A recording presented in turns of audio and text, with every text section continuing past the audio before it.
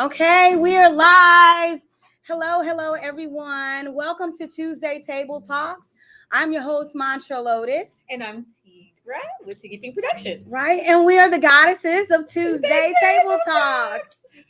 Today's guest is Roland Sneed Jr. He is an 8th grade science teacher, and he's speaking with us on the challenges of education today. So I hope you guys are excited about this conversation and ready to take part. Yeah, so thank you. Thank you, Roland, for being here. We're so glad you're here. Tell us about yourself. See, well, like you said, my name is Roland Sneed. I was born in California. I moved to the St. Louis area when I was like 9 years old.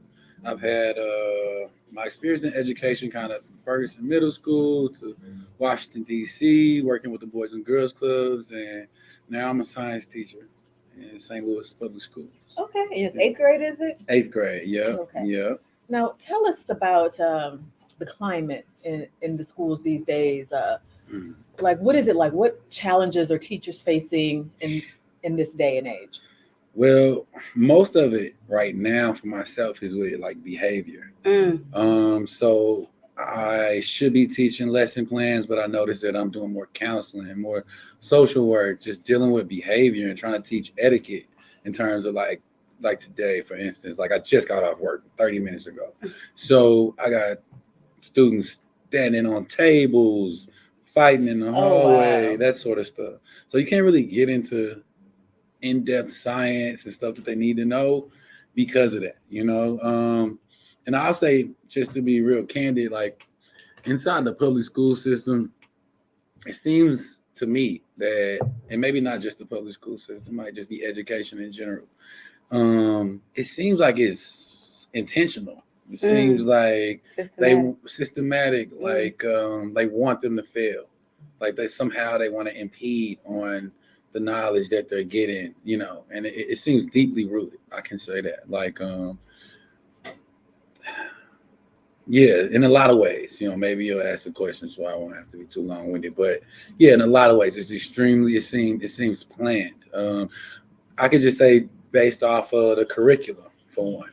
The curriculum it's not, you start with learning everything outside of yourself when you should start with learning about yourself first. So it could be more centered so that you won't really, you know, find yourself knowing about everything else except yourself.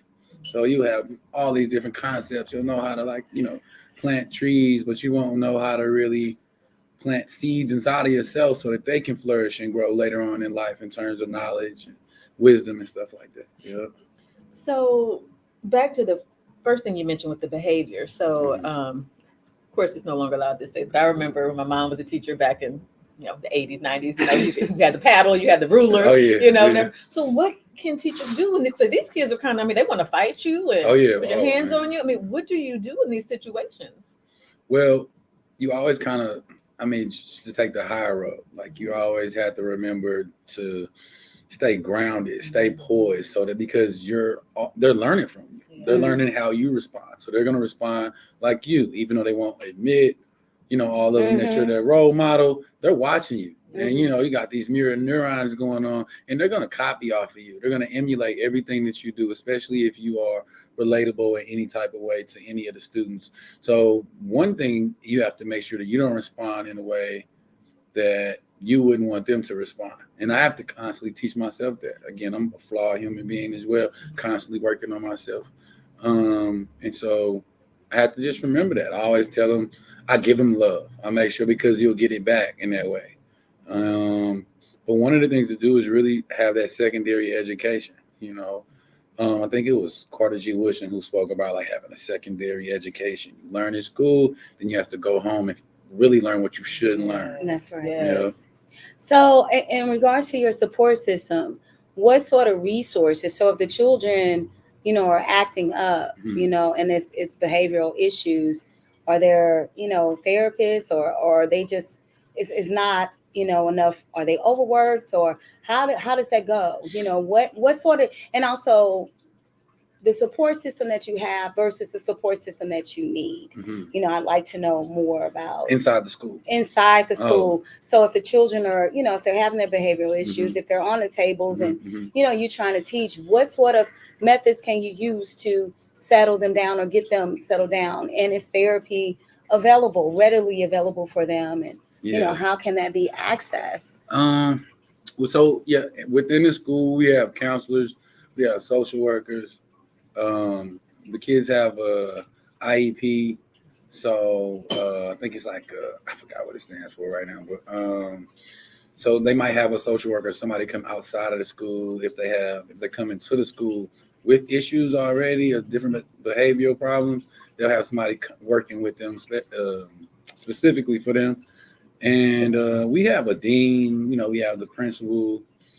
And so if I put a student out the class, which happens every single day, after many chances, sometimes they're roaming in the hallway, because we have behavioral issues throughout the whole entire school, 6th grade, 7th grade, and 8th grade, or they might be in the meeting or something like that.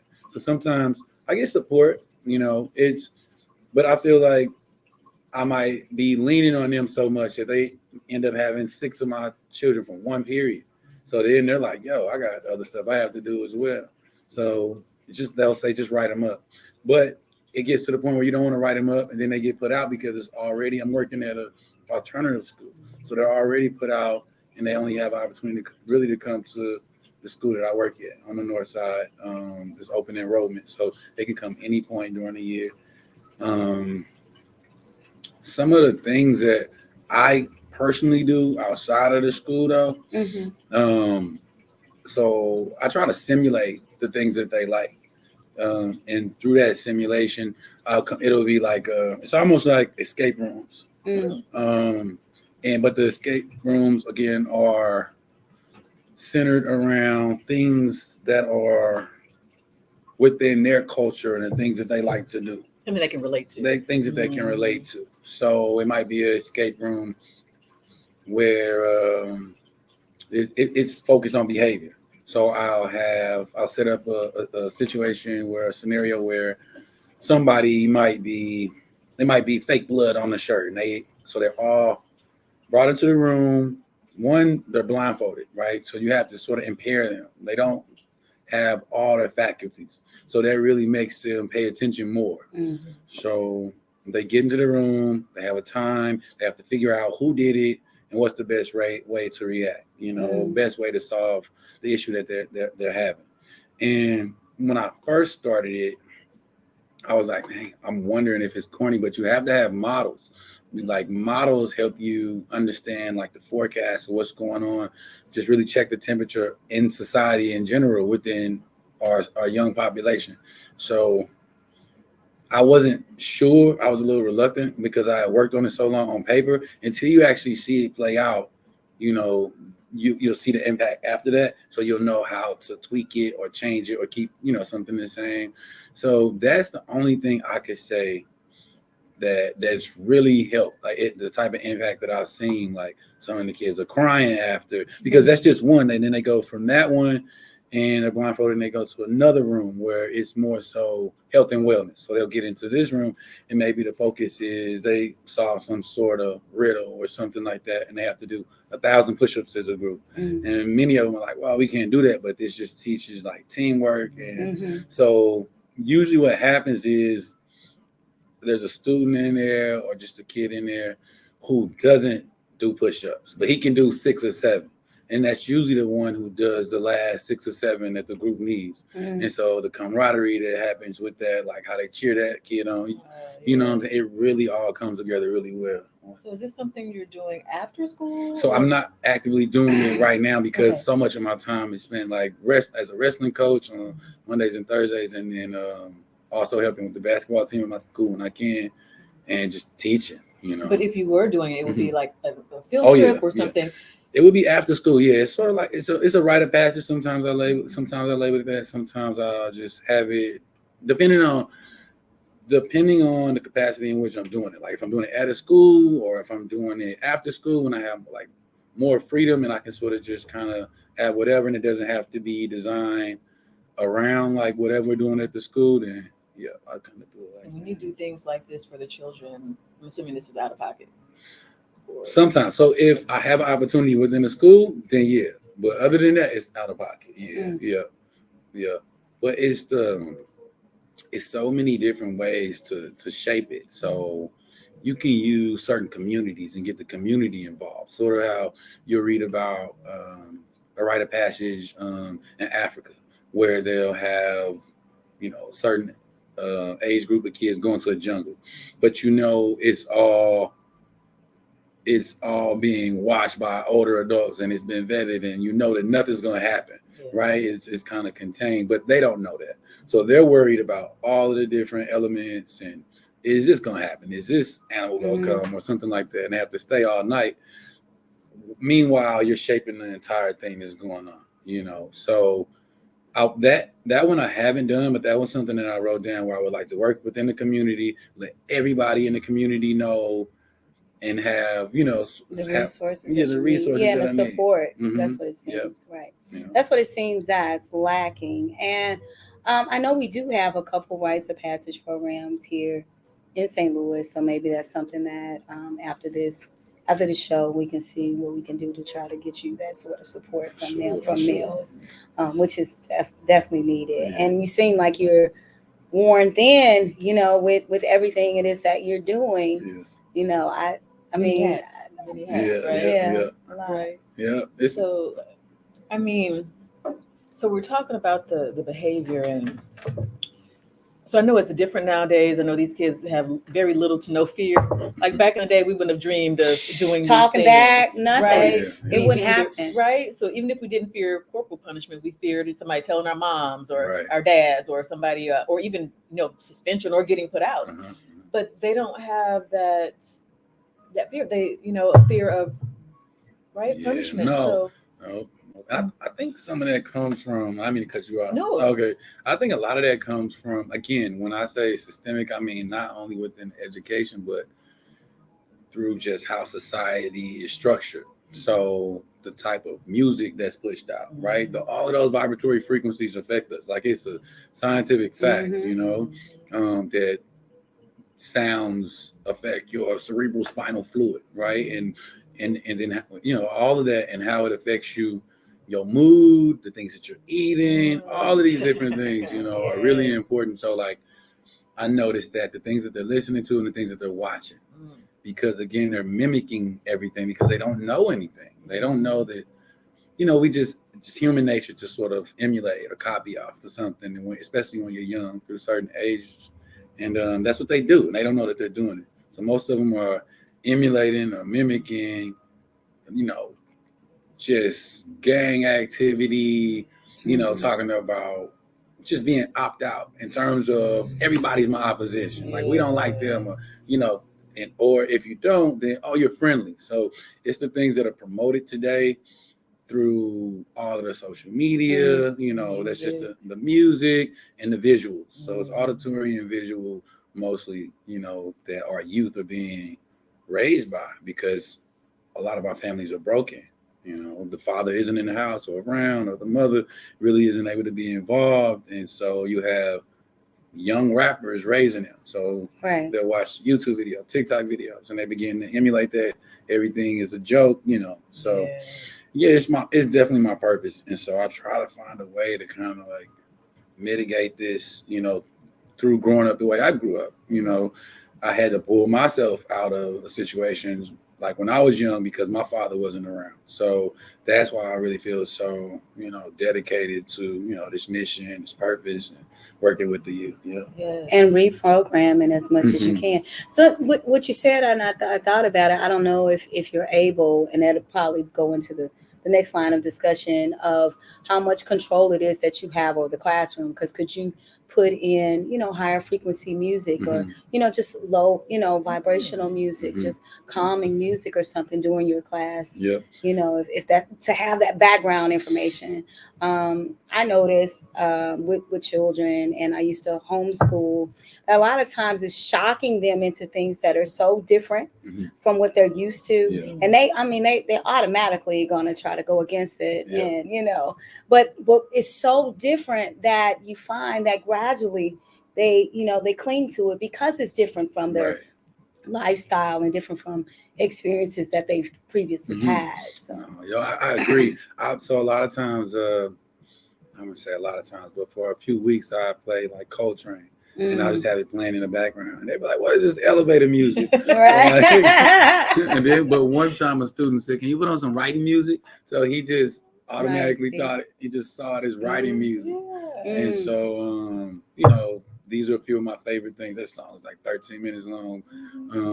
Coltrane, different people, Monk, who else?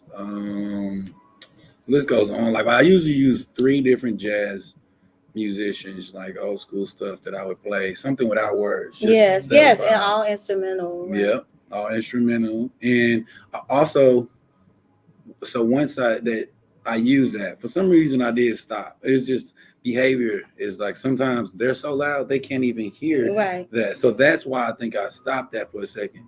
Then I started to do a different type of like coding and decoding where I would play their music. And then I would say, okay, let's look at this from an analytical standpoint and let's play the music. And I would pause it every 10 seconds. I was like, and I would ask questions. I was like, look at that. Like, doesn't this seem extremely, stupid? Like for somebody to be 17 years old with weapons in a video that your friend shot and then you post it on YouTube, do you not know who's watching? Do you not know everybody can see this? Then you post it on your Instagram. So if you do ever get in trouble, or somebody gets in trouble, it's automatic. So, and back to what you said earlier about it being systematic, I think that too is like for the children to understand that, maybe this is put into place for a reason, so you won't grow up, so you won't graduate. Yeah. So, maybe this is by design, and it's a sad state, but for our children to understand that, I mean, come on, if we can't see the positive images that are pushed, when we seeing, 15-year-olds who are graduating college, but we can see all the high-powered rifles and, on any social media, outlet, it's automatic, so. I think one of the biggest, I guess, blocks that teachers face that I've heard is not having that parent as that part. Yeah. Yes, that connection. So if they can go home and the parents can correct or help enforce what's being taught, and they're not getting that a lot. So it's just all they're getting as far as learning and education is what's at school, and it's not supposed to be that way. Yeah. So you see a big regression a lot of times during their breaks, during like a spring break or summer break, just looking at the data or something like that. But no, the parents, like that is huge. I'm glad you brought that up. I remember saying, okay, I want to speak to a few students' parents. And the parents got there. And I was like, no, I don't even want to speak to the parents anymore. Like, wait a minute. What? They take the side of the student or it's just that they need education themselves. They need education themselves. Most of the time, so they might come in high, you know what I mean? Oh, and so it's hard for me to have a serious conversation with them because now I know that you are getting high and you're doing it in front of your kids, and so now I see, and then you can notice that whatever student it is a bit embarrassed. So they see that, oh dang, you high right now. Because I remember that growing up, having my father come around or something like that, and he might be drunk or something. He was in Vietnam and he was fighting through a lot of different things. He passed away. Exactly. And he would share with me like all the things he went through, and this friend is dead and this friend is just having pictures, and he was trying to fight it because when he went, just be real, like open, like he ended up getting on heroin in Vietnam. A lot of them did. A lot of our brothers and did. he was trying to get off, and I believe he tried to use drinking or something to sort of, most people turn from one thing to another. Yeah. And it wasn't until I got older till I found out exactly what it was. But when I look back on it, I think maybe I knew, but I didn't want to believe that that's what it was, and just say, okay, I was just drinking. But sometimes he would be, and I would be embarrassed. So I know that students, they are facing the same thing. Most of the parents that I met all came in, none of them were sober. None of them, not one of them. And that definitely attributes to behavioral issues. Oh, yeah. Or they're mad because you called them up. What am I up here for? Yeah, that happens. And for instance, I'm like, hey, your daughter's eating hot fries the whole time in my classroom. One, I know this is definitely affecting her behavior. I'm not even gonna try to break it down chemically to you, but just know that eating hot fries, there is no hot fry tree, and she's not, not growing this. And so, this super hot food, like, that type of fake spice and stuff like that in the morning with 110%, sugar, chemicals, and it causes mental imbalance. Oh my. Yeah. So that's their breakfast. And, they're complaining about the lunch, but I'm like, look what you're eating is Takis and hot Funyuns. Everything is like extremely hot, and it's chips, it's fake food. And so I noticed that is a problem with their behavior. But if I bring that to somebody at the educational level where I'm working, whatever school it is, if it was in place before I was there, I get a whole lot of pushback. I get I definitely get that. So do you think that it's just pretty much we just getting the kids through and passing them on to the next grade, and and just trying to get done with a whole other can of worms. Okay, so oh man, let me see. Not open. Okay, I'm gonna go ahead. So this is how, like, I know for a fact that they are doing that because one, you don't want to fail this. You don't want to fail them because then it'll look like you're not doing your job on some level. Something you're missing. We give you all this money, but all of these resources, but you're still not able to be successful. So maybe we need to get a new principal or a new teacher in this classroom or something like that. Most times it's not the teachers, but on the higher administrative level, you'll see a whole lot of like people just in and out, So I've seen grades being done like this, like A, D, I don't like you, F, B, F, D. Who is that? I don't know. C. Wow. I've seen grades being done like that, not only at the school I'm at now, but even at my son's school. And I had to go up there and let him know I'm an educator as well. This is all the way GSA. It's on the south side. I'm like, hey, these grades aren't accurate. We stay up with my son all night to make sure that anything he's missing, we fix it. And teachers, they don't care until you go in there and let them know, like, hey, I know the secret. I know it's been, show me how my son earned his grade. Oh, you see, it's not right now. You're going to change it? Okay, thank you. Right. That just happened not even a week ago. Wow. So if parents aren't challenging it, then these kids are getting. Oh yeah. If you ask some teacher to produce some type of paperwork showing how your child earned a grade, I promise you, 8, maybe 9 times out of 10 haven't been at every single school, but I'm letting you know, like, they're making this stuff up. So are we still, not we, I've never been a teacher, but I mean, are there still even lesson plans in place? Or what are they pretending to? There's lesson plans, but because of the behavior, you can't get into the lesson plans. And then the current state that we're in education, with the way the teachers are getting paid since 1993 until now. So it's 20 years. Teachers have received maybe 3% or 4%. I could be wrong, but it's extremely low. If you look at every different sector of, within just work and careers, everybody else received at least like 40%. Teachers were getting paid around $1,300 in 1993, and now they're maybe getting like the average is like $1,350. Now it's like $1,360.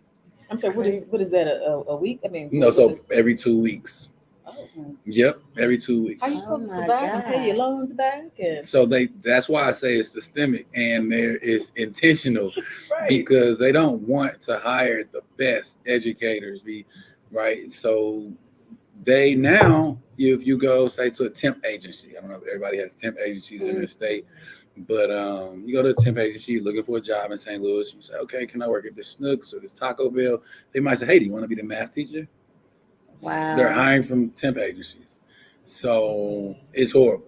So instead of increasing to give teachers what they deserve, they just want to have less qualified teachers, pay less money, and as long as because the prison industry is very beneficial to a lot of people, and a lot of people are betting on us to fail and also putting little bumps in the road so that we do fail. And these people have a lot of resources. So when they do that, on such a high level, you'll begin to, they'll be successful because they're invested in the prison industry, invested in, everything else, like, halfway houses and all of that. If you have less of us going to prison, I mean, you have more success, then they don't get paid, So don't they say the pipeline? I remember there was a pipeline. Was the it prison pipeline? Yeah, the prison pipeline. Yeah, and I'm just speaking just empirically. I haven't even watched anything or read anything about it, but I would hear something and I would see it. I know, that's what that excerpt was about that I heard, or I might just hear something and I'll be like, oh, that's the prison industrial, prison pipeline, that's what they're speaking about. And so I'll say, they're looking at your test scores. And if you guys, I got 8th graders, you guys are reading at a 3rd grade reading level, some 2nd grade. Some of them I don't even know because they're scared to read. And the holes of the paper are facing to the right instead of the left. Wow. You gave it to me like that. Like you don't know to pick it up and that you can't. Everything that they're doing is at a very 2nd or 3rd grade level. And I let them know they're looking at your reading scores, and based off only your reading scores, they know who's going to prison. They can have a good estimate about who's going to prison based off of your reading scores. It used to be, I used to think it was the test scores, but I know for sure because I just had to write a paper on it. I'm a full-time student too, and I noticed that it's 3rd grade and 4th grade reading scores that they look at because based off of after the pandemic, all test scores fell in every single state with every demographic. And so reading was the one that didn't fall as much because you have to read, just if you're just out and about. But math scores, it fell extremely low. So they use that to base and get a good projection of who's going to prison, how many prisons they need to build, and how many schools they need to close. Yeah, that's a whole nother, it's an industry almost. Yeah, money-making industry. It is. Mm-hmm. So these tests, like these MAP tests, they used to call them, and all these tests. They still do. They still do? Yeah. Now, didn't they used to kind of use that to measure the school to see if it would stay accredited? I don't remember how it worked. Accreditation. Yeah. So and the funding that they needed. So why aren't they saying, well, hey, we want our kids to be smart so we can pass these tests so it can benefit us? What do you see going on there? I would say that you can always sort of skew data. You can help in ways that you're not supposed to, or just make numbers look differently when it's just on paper until you actually come in. Let me see this child who's exceptional right now. Let me see them actually do it. Then you'll notice oh no. So however they need to play with certain things, they'll do it. And then if you come into the school and you want to do right and you want to make sure that they learn, they kind of want to get you out of that school. Right. And so it's people that look just like us. It's, you know what I mean? It's not a race thing. It's people who have the same intentions. So we're all, if you're in a school, it's like an organism, right? We're all working together and it's like we're playing in a symphony, but you're playing off key, but we're playing a song, but it's just an unrighteous song, right? And you want to come in here and play on key. You making us looked at, or just, it's just what you're doing. The kids might come in and be like, man, you the only one teaching, man. What are you doing? I'm about to leave, walk out or something like that. Or like, can you just cut on a movie? Wow. Can you cut the lights off? I'm like, is this what's going on in the other classrooms? So they don't like you because you always give work. But I'm like, yo, this is education. This is school. Right. And then they'll tell me something like, you don't need to have you don't need to go to school to be smart. And I'll be like, you don't need to be in the streets to be hard. Like, like I've done both. Like I've been your age and older, and I'm giving you a map. You know what I mean? This is a cheat code. Like you can listen or figure out the hard way. Right. So I know you can't really save everybody. I try not to be that altruistic, but for some reason, I'm just going to continue to do what I do and try. And I know that as long as I'm on that path, I'll be able to reach all of the ones that I need to reach. So as an educator, you're facing no good pay, behavior from the kids, pushback, stress from your work environment. Mm-hmm. How do you stay mentally sane? What do you do for you as an educator? So sometimes, I run. I like to run. No, you say you do wrestling. Is that like a wrestling? Release? It's a release, but I also wanted to see if I could bring wrestling to the schools that I'm at. So, because I think it would be a release for the students. Yeah. So they're fake fighting and they don't know how to fight, and it's obvious. But if you knew how to fight, you wouldn't fake fight because you would be more confident, not trying to see if you can fight or if you know how to defend yourself through playing with it in the hallway and in the classroom so much. Because you can tell that most of the time when you know how to defend yourself, you're confident, and you don't need to have that type of ego. You don't need to have that type of bravado where you just kind of like, saying crazy stuff to people. Like most people can fight or defend themselves. They're not doing that. They're kind of quiet for the most part. So yeah, wrestling, I would say just running, trying to eat, as best as I can. I don't eat meat.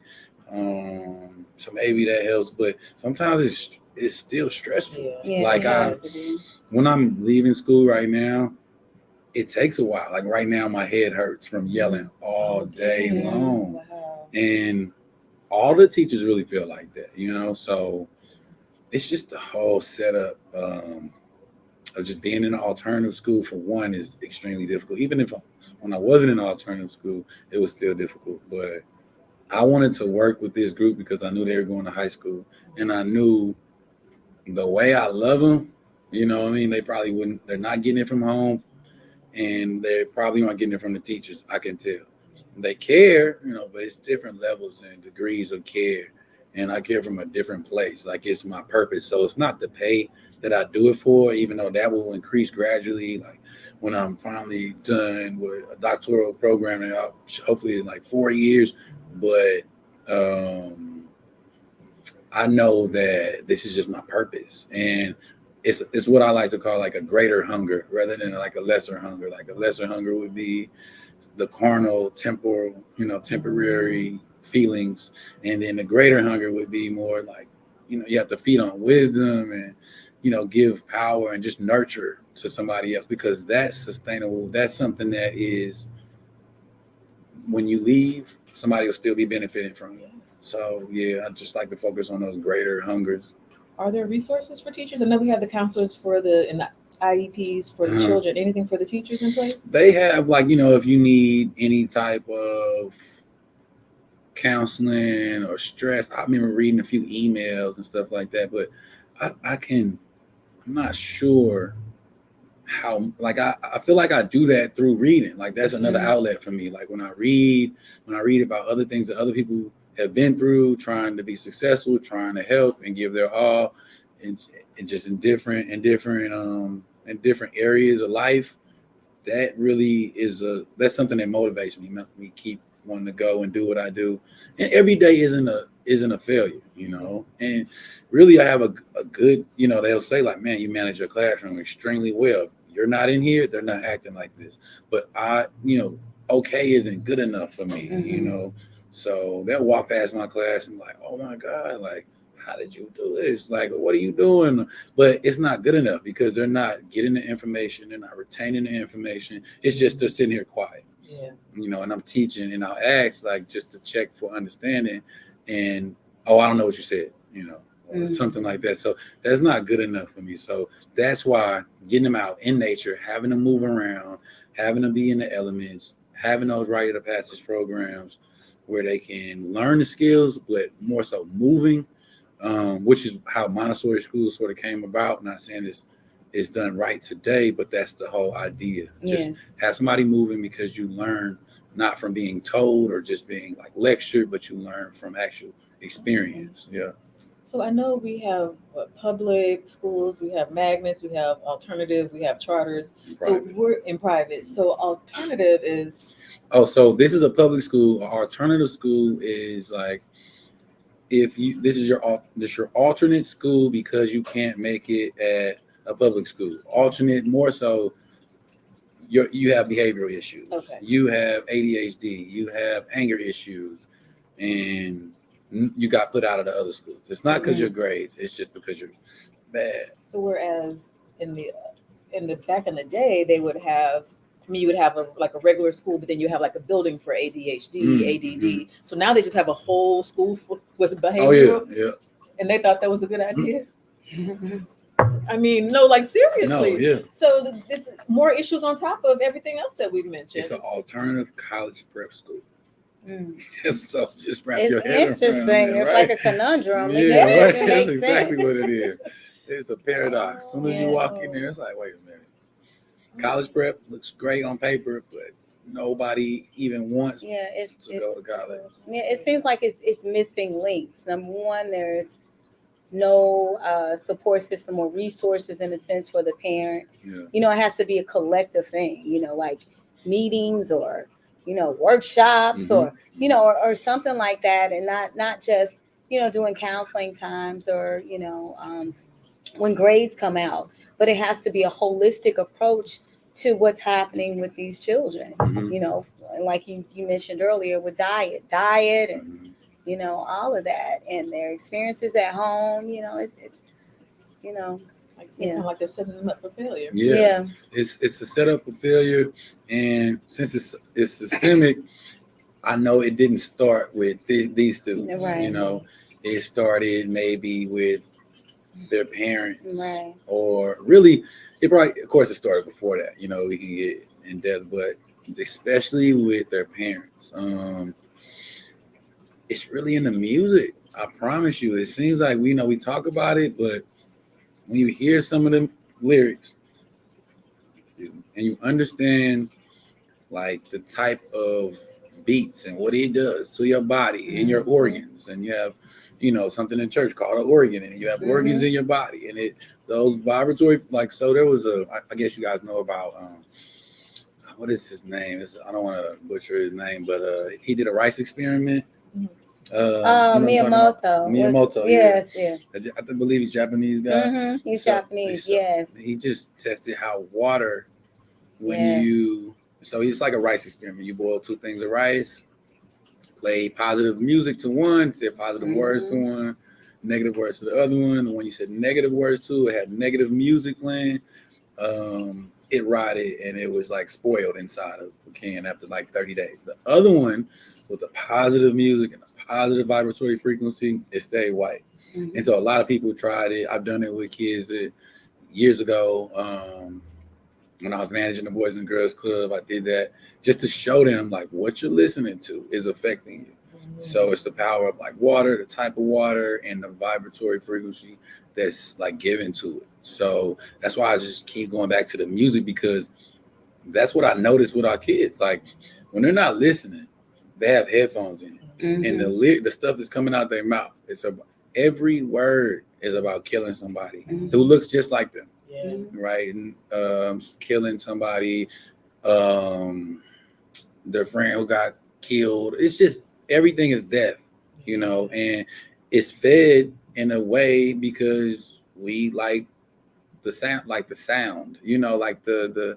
drums, the beat, the production behind it. And so You can just like some nursery rhymes, rockabye baby on a treetop. It's like but then when you hear it, it's like, whoa, that's not right. Right. Or ring around the rosy, or like all of these things, like, and when you do the research on it, you're like, oh, this is bad, but it has a nice little, hypnotizing beat. And so that's what happens to our youth when they don't know who they are. Just going back to finding out who you are first, and then building from that, so that you can just be upright and righteous and moving, just wise throughout, navigating throughout society. Because again, it's set up for you to fail. So that's why when I do get a chance to do something in my classroom, it's not all the way done. It's set up like a scenario. It is for them to see the choices that they make, and for them to emulate what they would do in society, because they love the streets, and it seems like prison, the idea of it so much because the way it's fed to them. They're desensitized until they get in it. It's like, whoa. It's like I'm like, yo, it's just guys, like, they're waiting for you. Like, if you don't, what are you gonna do? I don't know. You don't have a plan. Believe me, they have a plan for you. But that's not like enough. You said, the music, the sense of what sensationalizes, the violence, the fast cars, the women, and it's like, and I'm not gonna knock anybody getting their coins for real, but I like the young lady Glorilla, real catchy beats. But I don't care about my credit. I might be rich tomorrow, So you got kids listening to this, and they're like, well, forget the credit. Right. But that's just one small example, though. Is all I'm saying, and you hate to be that, I sound like my mama now. Right. But it's true. It is the true. Music and the lyrics, and it's just, they want to be rich. They want the gold chain, the ice, the look of it. The look of it, right? Because a lot of it is not even real. That's the thing. A lot of it is not real. It's all show. Money, it's not real. Right. It's all show. Yep. They're just putting on a show. Yeah. And people are paying. And the people that they putting the show on are the ones who's making the money. Yeah. Who got them putting on the show. Yeah, so they're not even making the money. Yeah. Real. Well, so what would help you? I mean, what do educators need to push forward, to reach the kids, or to teach the kids, to change the system? That's such a deep question, even though it seems simple. Just more people to be in education who really care. We have like union in St. Louis, but the teachers union or the educators union, it's just not helping. When you have to pay to be in the union, you're already in the union because your pay is not enough. Right. So now it's going to be even less because you want to voice your opinion about not being paid enough, which is silly. I would say just more people who care about children, knowing how to find a way to get inside of the schools, after school programs, more after school programs, focused on behavior and educating our students about who they really are. Right. That I think that foundational learning, like knowing who you are, will give you a map to make better choices as you get older. So a lot of stuff is taken out of the school. So I feel like they need to teach astrology again. So I teach astrology in my science class. Nice. I teach astronomy and then astrology, and I teach them how they correlate. And so it's just not about the planets and their distance and how big they are, but what's your zodiac sign? What does it mean? Like, what number? Like, what day were you born on? Like numerology, all different sort of divination systems, because now that was done for thousands of years. It was only taken away again like in the 1800s. So that type of science, when the Roman Catholic Church took that out of the schools, it was because they didn't want you to know who you were. And so now when you put it back in place, you'll start to see kids, okay, what's your numbers? Like, what does that mean, right? What's your planet? What's your element? Like, what does that say about you? If you're a fire sign, a water sign, or earth sign, who are you compatible with? And so they like that when they might get into an argument or something like that. I'll say, okay, you are a fire sign, and they'll know off the bat. Like, and then another student will come and be like, oh, that's why. But I also let them know, like, all of these different 12 signs have to work with one another, and when we learn how to work together, all of those different all those different diverse characteristics and skill sets working together, knowing that okay, we don't get along, but we need to work together, and that's what happens in nature. So as long as we emulate nature, we'll be okay. But if we're constantly in competition rather than sort of cooperating or trying to work together, which is working against nature, because in evolution you had a single cell for billions of years, single cell organisms. And then they finally decided to get together. And when they got together, we were able to do more complex things and become human beings. And this is just based off of science and evolution. But when you don't, again, you work alone and you're in competition, and then everything is going to fail. It doesn't work like that. If your feet are not working with your hands and your head is not working with your heart, you're just not going to be successful in life. So it seems like with the astrology part of it. So I don't really know a whole lot about it, but I know like you can have your 12th is in like something, but with the houses. So my understanding is like when you delve down deep into that, it kind of tell you like what you would be good at as far as occupation too. So it seems like this would be really good to have 8th grade up into high school before they go to college. Exactly. Or whatever they decide to do with life. Yeah, and you're exactly right. So I bring resources there, like I even have them in my bag, but it's a book on birthdays, and it has every single birthday in the book. And so they read and they find their birthday, and they're like, oh my, as soon as they get in the first paragraph, they all react, man, this is, bro, what? Like, and so that's how I get them open to thinking about it. And then I love astrology. So I'll tell them like, if you know what time you're born, I'll print out your natal chart and I'll just, give you a reading. And so just to let them know, it's a certain rapper. It was a song that's really popular. He speaks like, he says, I got my reading and my regions. Now I'm headed out the region. So I said, do you guys know what a reading is? And so I'm just relating it back to him. It was a rapper, Future. He calls himself Pluto, but he is a Scorpio and that's his planet. Wow. So I'll just show him like, it's a saying that goes like billionaires use astrology and this type of like science, all billionaires, because they want every single thing that could give them the upper hand in whatever it is that they're doing. They're not turned off by it. If it makes sense, it's not your horoscope where you're just reading, today you're upset. And so they like to desensitize people and sort of show you that and think that that's what astrology is. And that's definitely not. Again, like if something's if you are a Pisces, you probably have a lot of dreams, more than anybody else. Your planet is Neptune. What does Neptune mean? And then you could just see if you have more than 3 planets in one house out of the 12 houses, then you might have an issue in that area of your life, because it's usually when you see a zodiacal chart or a chart, the person is stretched from the head from Aries, and then the heart's in Leo, and then the feet go and touch the hands. So it's all references in the Bible. Again, it's all allegorical. So it's great to teach it. It's great to show them. It's great to show them like full moons and what they mean and how they're used inside of all movies. Almost like they'll just flash and show a full moon. And some people aren't for it, and it's not for everybody. But what you'll see is it's a right and exact science. And if you get into some of the sidereal, they have tropical and sidereal. One is based on the stars, one is sort of based on the planets.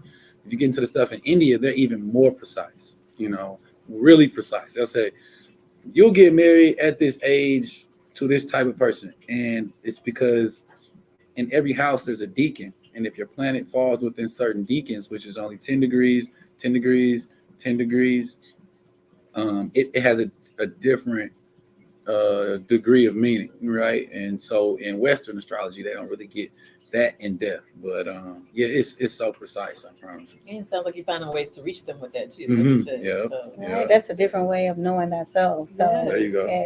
Bring it and tap into who they are. And deep. Yeah, that's awesome. Wow. We may have had another show with just astrology. Right, seriously, let's do some reading. Yes, I'm here for to do that. Right. Well, I want we'll put your information, at least your email, out there, but I want to propose to anyone that's watching this and feeling what this brother is saying, that we get him some resources or some sort of help, and also for rites of passage programs, how we can connect, and the importance of having that holistic aspect when it comes to rearing our children within the educational system.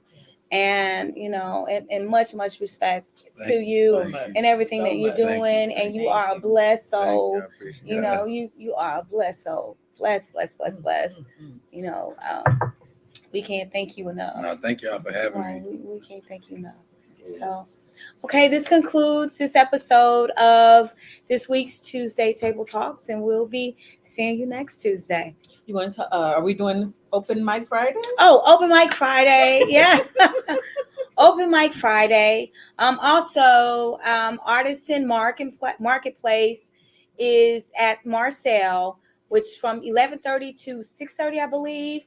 David A.N. Jackson, a local poet and entrepreneur, and all around St. Louis advocate, is doing something of a marketplace. So vendors or whatever, look that up on Facebook if those are needed. But come out That's for Thursday. that. That was Thursday. Yeah, that's Thursday. This Thursday. Yes. This Thursday.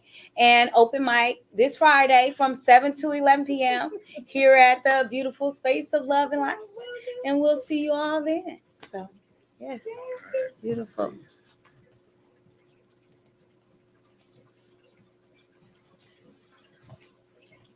There we go.